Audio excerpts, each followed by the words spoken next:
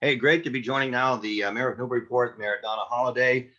And Madam Mayor, as we record this on St. Patrick's Day, happy St. Patrick's Day to you.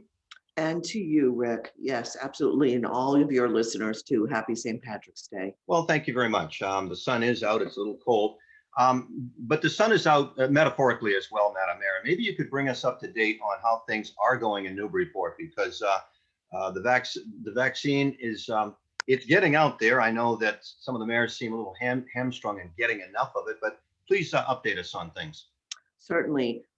We are very, very pleased that we were able to roll out our regional Lower Merrimack Valley Regional Clinic, a collaborative of 8 communities. And, we had really negotiated with the governor's office after we had a successful rollout of the first responder vaccines working in this collaborative, and, really saw that there was a real gap in the northern sector of the state for a clinic, and we were very, very pleased that our proposal was accepted. We rolled it out on Saturday, and we administered close to 2,600 vaccines over the 2-day period. So very, very pleased that things are going so well.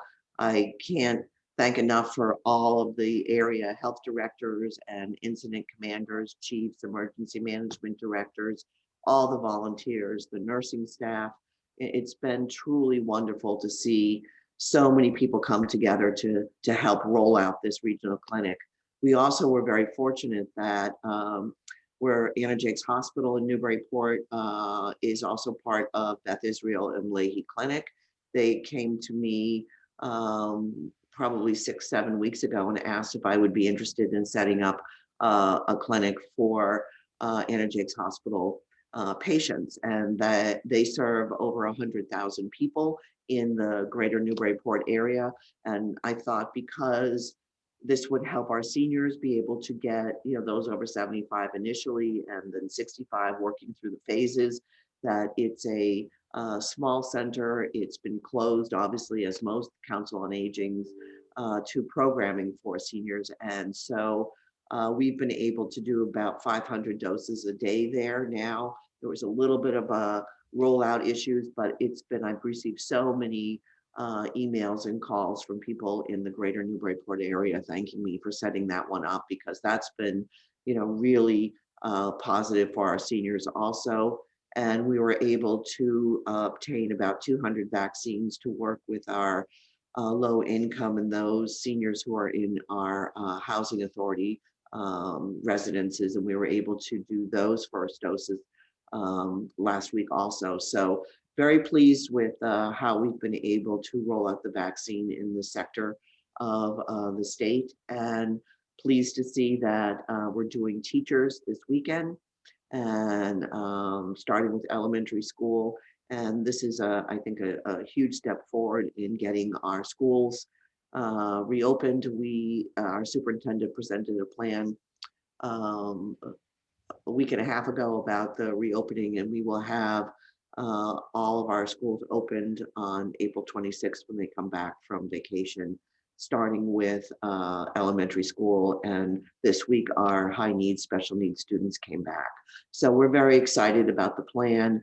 We've done a really good job, I think, in keeping our schools in a hybrid model and never having to backtrack because of cases. We've been able to contact trace, work in cohorts, isolate, and now we're doing the pool and surveillance testing, which is another tool will help us keep schools open. So it's exciting that things are moving forward, and with more people being eligible over the next several weeks as the numbers roll out to include more and more people being able to get the vaccine. It's all really positive news.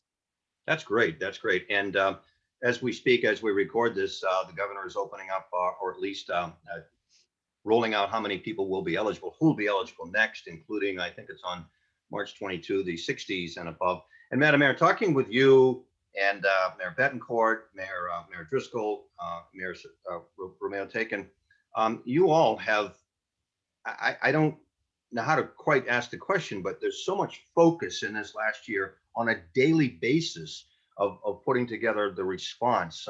And yet you still have to take care of city affairs. And you mentioned all the people that are involved. What has it been like for you typically? Because I mean, you must get up in the morning with a plan, and then as soon as you get to work, everything changes.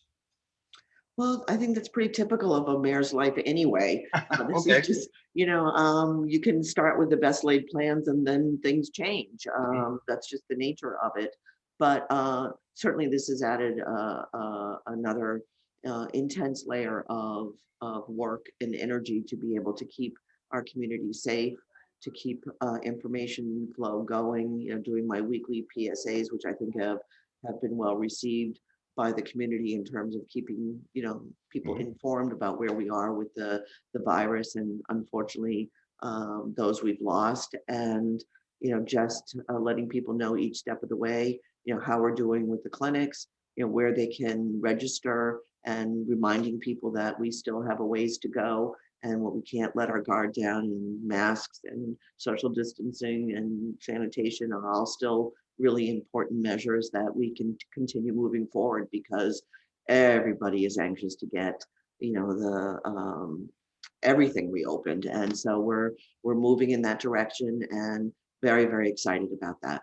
I think historically we're going to look back and be marveled at how quickly this did open up because people right now, as you say, are anxious, they're nervous, they're COVID tired and so on. But this thing is moving along very quickly. And I wonder, Madam Mayor, will the city be getting any help from the state? Because I know that obviously revenue was down, especially with businesses.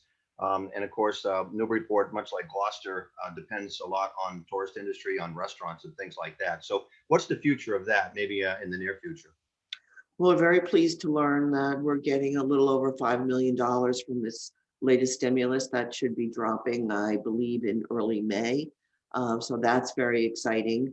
And we have put together programs with a small grant initially from the AG's office, and then through the Housing and Community Development Grant that we're working with Amesbury to help small businesses. We still have some money left in that, and that's been helpful.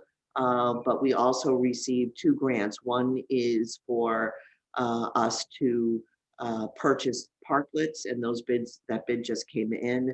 And these will be a much nicer way of providing outdoor dining for downtown Newburyport, as opposed to, on the street with Jersey barriers, is what we did last year, just to try and help restaurants limp forward. We've had several that have been shuttered during this 3-4 month period, just because the way they lay out of their restaurants, they couldn't make the numbers work to remain open.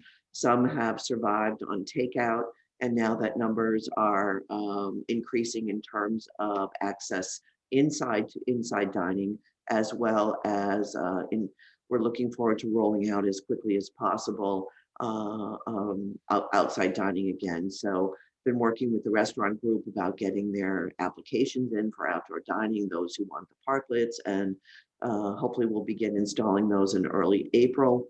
The other piece is that we applied for the Rapid Recovery Grant from the state, which is technical support, where there's about 120 communities who were awarded this grant, and they've matched communities with what program managers and subject matter experts who will come and work with your downtown to take a look at what's shuttered, what's open, infrastructure, marketing, whatever it is they feel that your community needs. And they'll work with us over several months in terms of helping roll out and reopen our community. So we're excited about that program also. Excellent. Things are looking up. Finally, I think you mentioned in your most recent PSA video the plight of nonprofits because of the inability for them to do some fundraising, and the cultural district in Newburyport. And I hadn't realized that, but there haven't been any fundraisers. So tell us about how that is going. It's really been unfortunate. I think that all of the nonprofits are our firehouse center for the arts, the galleries, the theaters, the um, um, it's just been they've all been shuttered. It's been really, really difficult time for them. And we received a small grant from the Mass Cultural Council just this week that will help us at least market and work with reopening these nonprofits because they've been hit hard, no question about it, as well as, all of the artists too, the dancers, the musicians. I think we're all anxious to get back and see live performances. So I know, for example, our Firehouse Center for the Arts is going to be doing outside performances this summer in one of our parks. We have the theater in the open already, so they, I'm sure, will be, gearing up for their summer season.